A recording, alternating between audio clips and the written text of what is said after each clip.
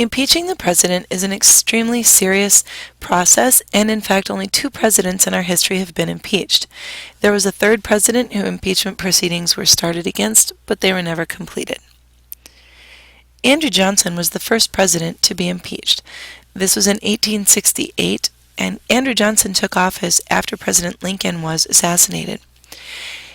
He upset many people with Reconstruction policies and trying to bring the South back into the North, and he was charged with 11 articles of impeachment by the House of Representatives. So he was actually impeached by the House. They're all political in nature. When the United States Senate got to the trial phase, there's a ticket right here of what that would look like if you were able to go and watch it. You would have had to have a ticket to sit up in this section of the gallery up there. And the senators would all be sitting back here as the trial. Andrew Johnson would be over here. Chief Justice would be up here. So they're having a trial to determine if he was going to be removed from office. And while Andrew Johnson was impeached, he was not removed from office.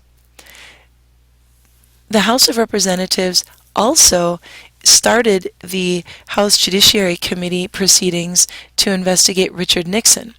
And this is that committee right here where they're meeting to maybe bring articles of impeachment against him in the Watergate scandal. Interestingly, President Nixon resigned before the House of Representatives was able to impeach him. So he knew it was coming, but he resigned. Now, a lot of people think that he was actually impeached, and maybe he was the only president to be impeached because he's the only one that people know stepped down and resigned from office.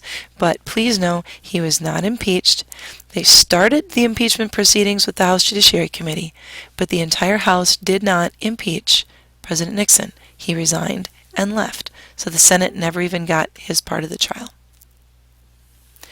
President Clinton was the next president and the second president to be impeached.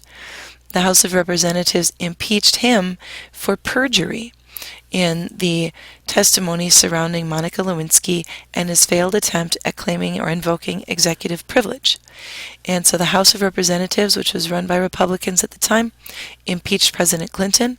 When the case came to the Senate acted as, again, the jury, and Chief Justice William Rehnquist was the judge, and as you can see in the newspaper on the bottom right, President Clinton was acquitted of the charges. He had 2 articles of impeachment that they were trying to get him on, and he was not removed from office.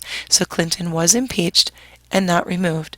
So some people might say, well, why does it matter if you're impeached but not removed?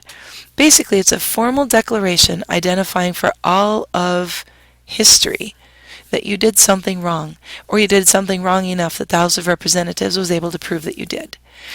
It's a political slap on the wrist in a sense because you don't lose your job, you don't lose any power, but it's also not something that you want.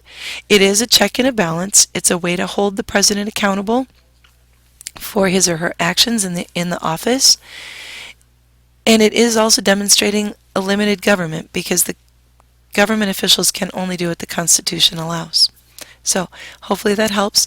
At the bottom of your form, you will also find more links to investigate more detail about the impeachment process, information about Andrew Johnson's impeachment, and also information about President Clinton's impeachment.